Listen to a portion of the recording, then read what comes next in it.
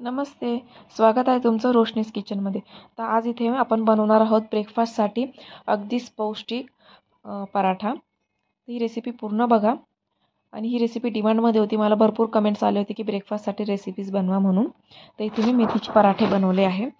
तर इथे सुरुवातीला तुम्हाला हवं तेवढं तुम्ही गव्हाचं पीठ घ्या. इथे मी तुम्हाला प्रमाण नाही सांगत गव्हाचं पिठाचं. तुम्हाला हवं तेवढं तुम्ही म्हणजे तुम्हाला जेवढे पराठे बनवायचे तेवढं गव्हाचं पीठ घ्या आणि त्यामध्ये कंपल्सरी 2 चम्मच बेसन पीठ ॲड करा. त्याच्यामध्ये मग अर्धा चम्मच जिरे, अर्धा चम्मच हळद, 1 चम्मच लाल मसाला, अर्धा चम्मच गरम मसाला, अर्धा चम्मच धने पावडर आणि वरतून चवीनुसार मीठ टाका. म्हणजे सगळे सुरुवातीला सगळे ड्राय इन्ग्रेडियंट्स इथे ॲड करून घ्यायचे आहे. त्याच्यानंतर इथे एक पेस्ट रेडी करायची आपल्याला. ती म्हणजे इथे मी 3 ते 4 हिरव्या मिरच्या आणि भरपूर सारा लसूण हे मी मिक्सरमध्ये एकत्र दळून घेतला आहे. ती पेस्ट आपल्याला याच्यात टाकायची आहे. वरतून इथे 1 चम्मच तेल ॲड करायचं आहे, आपल्याला साधं तेल. आणि इथे मी स्वच्छ धुवून घेतलेली बारीक चिरलेली इथे मेथी मी ॲड केली आहे. मेथी स्वच्छ धुवून बारीक चिरून घ्यायची आहे. आणि मग हे सगळे ड्राय इन्ग्रेडियंट्स आपल्याला एकत्र करून घ्यायचे. सुरुवातीला आपल्याला थोडंही पाणी टाकायचं नाही आहे. बिना पाण्याने आपल्याला जेवढं इथे सुरुवातीला मळून घेता येईल ना तेवढं आपल्याला इथे मळून घ्यायचं आहे. आणि जसं आपल्या चपात्यांचं कणिक असतं ना तसंच आपल्याला इथे हे भिजवून घ्यायचं आहे. सुरुवातीला इथे पाण्याचा वापर अजिबात करायचा नाही आहे.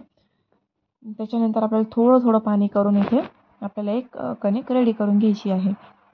तर तुम्ही जर माझ्या चॅनलला नवीन असाल तर चॅनलला नक्की सबस्क्राईब करा आणि व्हिडिओ नक्की पूर्ण बघा. कुठेही स्किप करू नका, कारण इथे मी टिप्स आणि ट्रिक्स सांगितल्या आहेत.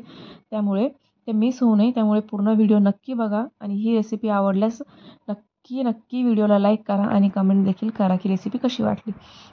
तर इथे 5च मिनटात इथे लगेच कणिक मळून रेडी आहे. जसं आपल्या चपात्यांचं कणिक राहतं सेम इथे तसंच कणिक इथे मळून मी घेतलं आहे. पण जर तुमच्याकडे जर वेळ असेल तर तुम्ही 10 मिनटं झाकून बाजूला पण ठेवू शकता.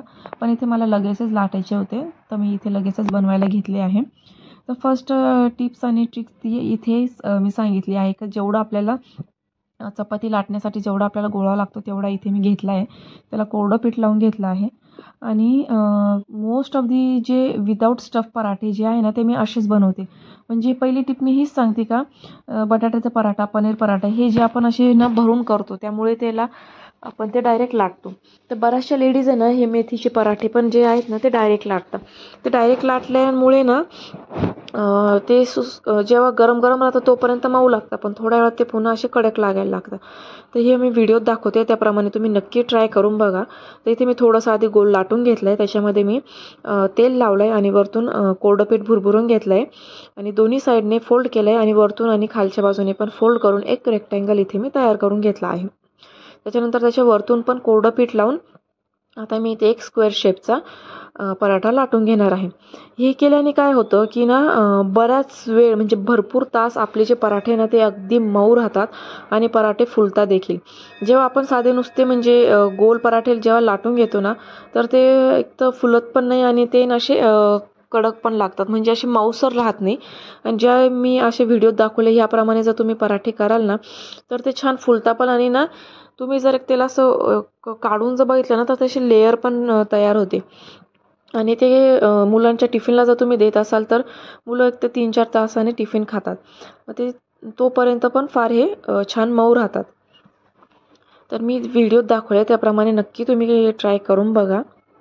इथे तवा ठेवलेला तर मी गरम करायला गॅसवर आणि त्यावर मी तूप लावलं आहे तव्यावर आणि त्याच्यावर लगेच मी हा पराठा ठेवणार आहे. इथे तुम्ही तुपाचा किंवा तेलाचा कशाचाही वापर करू शकता, तुम्हाला आवडेल तसं. इथे मी वरच्या बाजूने पण तूप लावून घेतलं आहे. आणि सेकंड टिप म्हणजे अशी की पराठा भाजताना गॅस हा नेहमी मीडियम टू हाय फ्लेमवरच ठेवायचा. तर तुम्ही इथे बघू शकता तर आपला पराठा इथे फुलायला सुरुवात झाली आहे. जर मी इथे डायरेक्ट पराठा जर लाटला असता ना गोल तर तो इथे फुलला नसता. पण मग आता तुम्ही बघा की हा पराठा किती छान इथे फुलला आहे. आणि आपल्याला ना याला मध्ये मध्ये तूप लावायचं आहे आणि दोन्ही बाजू आपल्याला एकदम छान इथे भाजून घ्यायचे आहे. आणि गॅसमध्येच कमी राहिला ना तर तो पराठा छान भाजला जात नाही. त्यामुळे मीडियम टू हाय फ्लेमवरच आपल्याला इथे पराठा भाजायचा आहे सगळ्या बाजूने. बघू शकता तुम्ही इथे माझा पहिला पराठा इथे रेडी झालेला आहे. तर मी आता इथे दुसरा पराठा एक दुसऱ्या पद्धतीने दाखवणार आहे. तर तुम्हाला जसा सोपा वाटेल तसा करा. फक्त याला डायरेक्ट न लाटता मधून थोडंसं पीठ लावून थोडंसं पीठ भुरभुरून मग हे लाटा.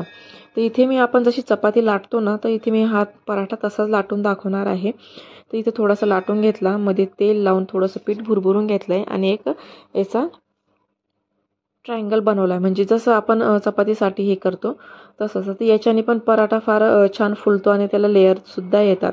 तर वरतून कोरडं पीठ लावून इथे मी आता एक थोडंसं स्पीड वाढवलं आहे. आणि इथे मी तुम्हाला हवं असेल तुम्ही याचं ट्रायंगल पण बनवू शकता, पण याचा मी इथं गोल शेप करून घेतला आहे.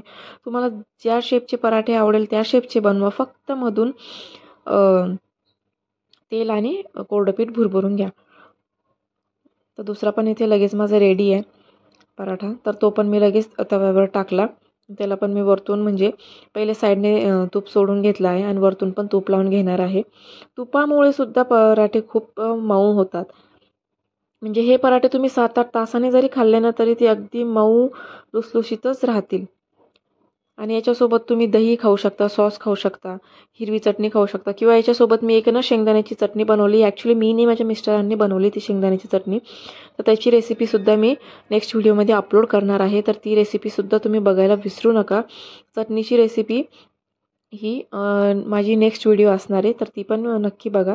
तर इथे रेडी आहे आपला सेकंड पराठा पण. तर आता इथे सर्व करा दहीसोबत, चटणीसोबत, सॉससोबत आवडेल तसं. व्हिडिओला नक्की लाईक करा अँड थँक्स फॉर वॉचिंग.